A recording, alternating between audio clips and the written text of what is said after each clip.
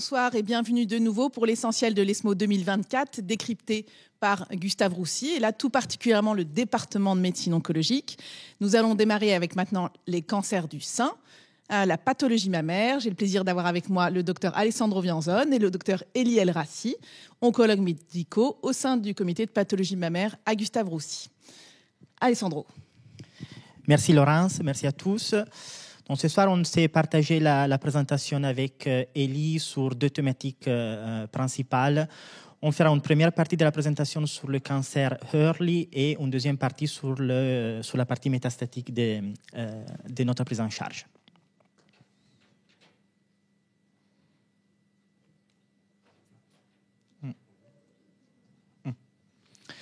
Nos conflits d'intérêts.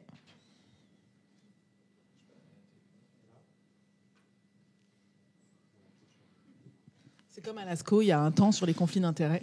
Voilà, c'est parfait. Voilà, c'est parfait. On y va. On part sur le cancer localisé pour lequel on a sélectionné deux études un des deux a déjà été practice changing pour la prise en charge de nos patients avec un cancer du sein localisé et le deuxième qui va être practice changing dans les années à venir. Le première étude, un peu tout le monde le connaît, c'était le Keynote 522.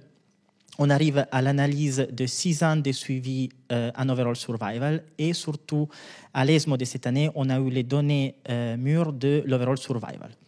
Si je vous présente les données, vous voyez comme les données sont positives statistiquement avec un odds ratio et avec un P qui sont statistiquement significatives à 6 ans de suivi. Comment on peut traduire ce message? Donc, on peut traduire ce message en disant que le 80% à peu près de nos patients sont quand même traités et guéris avec une chimiothérapie et avec une prise en charge chirurgicale avec de la radiothérapie. Le bénéfice de l'immunothérapie agit dans le 15% des patients qui restent. Et il y a quand même 5% des patients pour lesquels, même si on fait le meilleur traitement en adjuvante et en néoadjuvante, on a encore des rechutes qui peuvent être tardives ou précoces sur lesquelles on doit vraiment travailler énormément dans le futur. Pourquoi on a ce gain en termes de overall survival? C'est sûr et certain que le gain en overall survival est relié directement avec le taux de réponse pathologique complète qu'on a pu augmenter et implémenter de à peu près 15-20% avec l'introduction de l'immunothérapie dans la prise en charge néoadjuvante de nos cancers du sang métastatique localisés triple négatifs. Quelles sont par contre les données à discuter dans le futur? Donc, toutes ces données avec le pembrolizumab ont un impact en termes de toxicité. On a de plus en plus de toxicité et de plus en plus de coûts en termes d'effets secondaires et de prise en charge pour nos patients qui bénéficient d'une immunothérapie néoadjuvante et puis adjuvante. L'autre deuxième question que cette étude va ouvrir dans le futur, ça sera la désescalade en termes de patients qui ont répondu à l'immunothérapie néoadjuvante avec une réponse pathologique complète. Et par contre, où on pourra escalader le traitement en adjuvante dans le futur pour mieux traiter le 5% des patients pour lesquels on a vu l'immunothérapie n'a pas vraiment un bénéfice. C'est sûr que toutes ces stratégies doivent être guidées avec des biomarqueurs pour lesquels des analyses futures sont demandées et requises. Deuxième étude qu'on a sélectionnée, c'est une étude par contre typiquement de radiothérapie, mais qui va être sûrement practice changing au niveau européen et on espère aussi au niveau mondial. Donc, pour partir un peu de la base, on avait une publication britannique qui était l'étude START, qui avait déjà démontré qu'une radiothérapie hypofractionnée, donc 40 Gray en 15 fractions sur 3 semaines, a une efficacité similaire par rapport à une radiothérapie normofractionnée à 50 Gray, 25 fractions sur 5 semaines. Et le boost, on peut le mettre ou on ne peut pas le mettre en fonction des indications que les différents pays, les différents guidelines peuvent donner.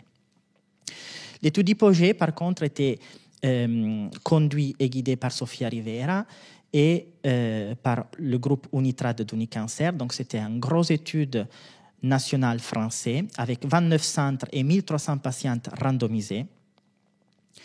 Ils étaient randomisés pour des maladies qui pouvaient avoir ou pas une atteinte ganglionnaire et donc une moitié des patients recevaient la radiothérapie hypofractionnée, l'autre moitié une radiothérapie normofractionnée.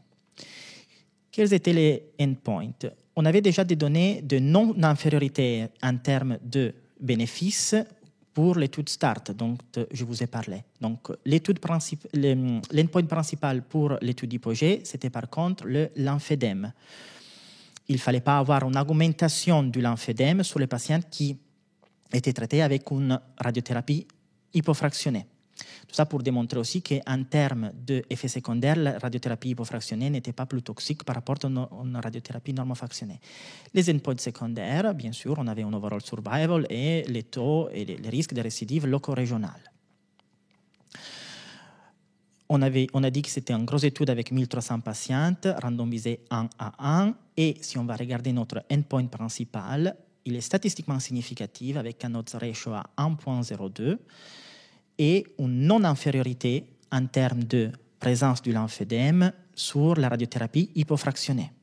Même pour les endpoints secondaires, les buts de l'étude étaient atteints avec des résultats fortement et statistiquement significatifs en termes de rechute loco-régionale, en termes d'overall survival, en termes de distant disease-free survival et aussi en termes de motilité du bras traité par la radiothérapie. Donc ça change complètement la donne sur la façon dont on va irradier les patients, désormais, sur la base de cet essai randomisé qui est donc présenté en présidentiel à l'ESMO. C'est rare d'avoir un essai de radiothérapie présenté en présidentiel à l'ESMO. Changement de nos standards, désormais l'hypofractionnement pour toutes les patientes. Exactement. Pour les patients qui sont N0 et N+, notamment parce que l'étude START recrutait surtout des patients qui étaient notes positives, mais cette fois-ci, on a pu démontrer que même les patients N0 et N+, peuvent bénéficier d'une radiothérapie hypofractionnée. Donc, pas plus d'effets secondaires, et on l'a vu en survie, puisque c'était un critère secondaire, mais c'est ça qui est important, aussi bien en rechute locale, rechute à distance et en survie, une étude qui va dans le bon sens. Exactement. Donc, bravo à Sofia Rivera pour cet essai Practice Changing. Alors, on avance maintenant sur le cancer du sein métastatique. Merci Laurence. Alors, par rapport au cancer du sein métastatique, je vous présente deux études assez intéressantes présentées à cet ESMO. La première s'intéresse au cancer du sein HER2 positif. Et pour se retrouver dans l'algorithme de la prise en charge, là, on revoit l'algorithme présenté par la Société européenne d'oncologie. Et du coup, pour ces patientes qui présentent un cancer du sein HER2 positif, en première ligne, on part sur du pertuzumab, trastuzumab plus une taxane. Et en deuxième ligne, le traitement classique, c'était le trastuzumab deruxtecan. En troisième ligne, ça vient le tucatinib, plus capecitabine, plus le trastuzumab. Ce médicament à base de tucatinib a le FDA en deuxième ligne pour la simple raison qu'il a montré une efficacité en intracérébral et les gens voulaient le préconiser en deuxième ligne chez ces gens-là plutôt que le TDXD. Donc c'est là où vient l'étude DESTINY-Breast12. Les métastases cérébrales, une problématique assez importante dans les cancers du sein HER2 positif, avec déjà un ADC de deuxième génération qui montre une activité qui reste quand même modeste en intracérébral, avec un taux de réponse de 21%. Avec les ADC de troisième génération, on se trouve avec des taux de réponse beaucoup plus élevés. Avec le TDXD, on a déjà des séries rétrospectives et quelques petites études prospectives de petite taille de phase 2 qui ont montré une efficacité assez intéressante avec des taux de réponse qui peuvent aboutir à 50% et même plus. Donc DESTINY-012 a bien inclus des patients avec des métastases actives et des métastases stables, ainsi qu'une deuxième cohorte de patients qui n'ont pas de métastases. Et c'était une étude monobras, on donnait à tout le monde de TDXD après la première ligne. Le primary endpoint, donc l'objectif principal, c'était la survie sans progression. En caractéristique de la population, il n'y avait rien de particulier à fait qu'il faut voir exactement là que 40% des patients sont déjà traités par des ADC. Et donc là, c'est un rich challenge d'ADC avec une troisième génération plutôt qu'une deuxième. Une efficacité qui a été déjà démontrée dans DESTINY-Breast02. Alors, en survie sans progression, on se trouve avec une survie sans progression assez intéressante à 1 an, qui est comparable chez les patients avec des métastases cérébrales, avec à 1 an une survie sans progression de 60% à peu près. En taux de réponse, on se trouve aussi avec une même activité, même chez les patients avec des métastases cérébrales, une activité qui varie en fonction de l'état de la métastase, stable, pré-traitée ou active, entre 50 et 70%. En termes de survie, globale, on a aussi les mêmes chiffres qui restent comparables entre les deux cohortes. Pour le dernier point, pour cette étude, en termes de toxicité, la pneumopathie interstitielle qu'on connaît avec les ADC de troisième génération, avec le TDXD, on se trouve avec les mêmes chiffres qu'on connaît des études précédentes, avec un taux entre 12 à 15%. Donc, pour revenir à l'algorithme qu'on a présenté au tout début en comparaison avec le tucatinib, il ne faut pas comparer les études, mais c'est juste à titre illustratif. On a une survie sans progression qui est supérieure, encore une fois, des populations différentes, mais pour avoir une idée. Survie sans progression qui est supérieure, en intracérébral aussi, un taux de réponse plus élevé. Donc, actuellement, dans ma prise en charge actuelle, je garde le trastuzumab deruxtecan en deuxième ligne. D'ailleurs, c'est l'AMM du trastuzumab deruxtecan et la tucatinib à l'AMM en troisième intention. Mais là, on a la preuve qu'on n'est pas en train de louper quelque chose. On part du cancer du sein HR2 positif pour les RH positifs. Les RH positifs, on les traite en première ligne jusqu'à aujourd'hui par des inhibiteurs CDK4/6 plus hormonothérapie. Et à la progression, une deuxième hormonothérapie, puis on fait notre première chimiothérapie. Que se passe-t-il après cette première chimiothérapie? On a plusieurs options. À l'ESMO, on a eu l'étude Icarus-Breast 01, aussi présentée par Gustave Roussy, par le Dr Barbara Pistilli. Donc, le patritumumab deruxtecan, un ADC de troisième génération, il s'intéresse et cible le HR3, qui joue un rôle clé dans la résistance aux inhibiteurs de la voie PI3 AKT-mTOR. Donc, c'est un anticorps conjugué qui cible le HR3 avec un payload qui consiste en un inhibiteur de topoisomérase avec un lien peptidique clivable. Alors, cette étude monobras, qui a inclus des patients pré-traités par inhibiteur CDK4/6 qui ont déjà reçu une première ligne de chimiothérapie. Tout le monde a reçu ce traitement par patritumumab deruxtecan avec un objectif principal, le taux de réponse. En objectif secondaire, la survie sans progression et la survie globale et la tolérance au traitement. Et ce qui est très intéressant avec cette étude, c'est l'analyse exploratoire à la recherche des mécanismes de résistance et de comprendre mieux même la résistance primaire et secondaire à ces traitements qu'on connaît seulement à partir de l'étude DAISY aussi faite à l'IGR. Donc, en taux de réponse, on se trouve avec un objective response rate de 53%, chez une population déjà pré-traitée, un chiffre qui est assez intéressant, et avec une survie sans progression de 9 mois. Des chiffres très particulièrement intéressants dans ce type de population. Ce qu'il faut retenir, c'est qu'en termes de toxicité, c'est assez bien tolérable. Des effets secondaires que les oncologues maîtrisent bien, type fatigue, nausée. En termes de pneumopathie interstitielle, on est à 7% de pneumopathie interstitielle, qui reste légèrement inférieure aux autres ADC qu'on prescrit actuellement en pratique quotidienne.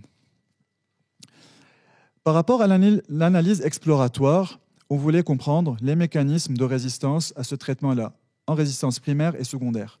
Donc les patientes qui expriment le HR3 par immunohistochimie, on a bien montré qu'il n'y a pas de différence significative dans l'expression membranaire entre les répondeurs et les non-répondeurs. La distribution spatiale, encore une fois, très intéressante pour les ADC de troisième génération, comme avec le trastuzumab deruxtecan. Il y a eu un sous-groupe bien identifié. On a pu voir une sensibilité accrue par rapport aux autres sous-groupes. En altération génomique, l'effectif des patients était assez faible, mais parmi les non-répondeurs, il y avait une prévalence plus importante pour la mutation ESR1, et parmi les répondeurs, des mutations de PI3K et de HR3.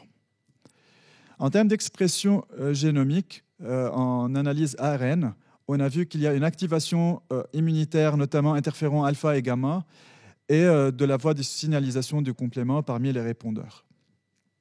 En micro-environnement tumoral, l'activation des cellules T était majorée chez les répondeurs comparé aux non-répondeurs. Donc beaucoup de résultats qui vont nous orienter plus à développer les ADC, à comprendre mieux comment on a les mécanismes de résistance pour potentiellement partir sur une médecine de précision parmi ces patients-là.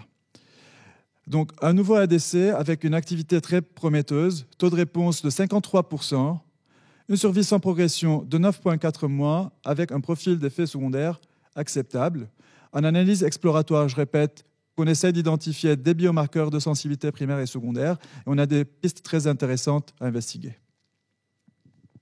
Merci Elie. Alors tu as bien mis en avant cette très belle présentation de Barbara Pistilli, donc ESMO 2024. Je voudrais mettre en avant le fait qu'elle faisait écho à la présentation Icarus Lung qui a été présentée à l'ASCO 2024 et qui tous les deux sont des modèles du programme Unlock, qui est l'analyse des mécanismes de résistance, qui est porté à Gustave Roussy et qui, je pense, c'est quelque chose qui est extrêmement envié à l'échelle internationale, puisque c'est un des rares programmes qui propose ces biopsies séquentielles qui nous permettent petit à petit de comprendre les mécanismes de sensibilité et de résistance à cette classe thérapeutique et à d'autres également dans le cadre du programme Unlock. Donc merci d'avoir mis ça en avant et de montrer effectivement la partie translationnelle qui, je l'espère, posera les jalons de stratégies, on va dire, encore plus personnalisées.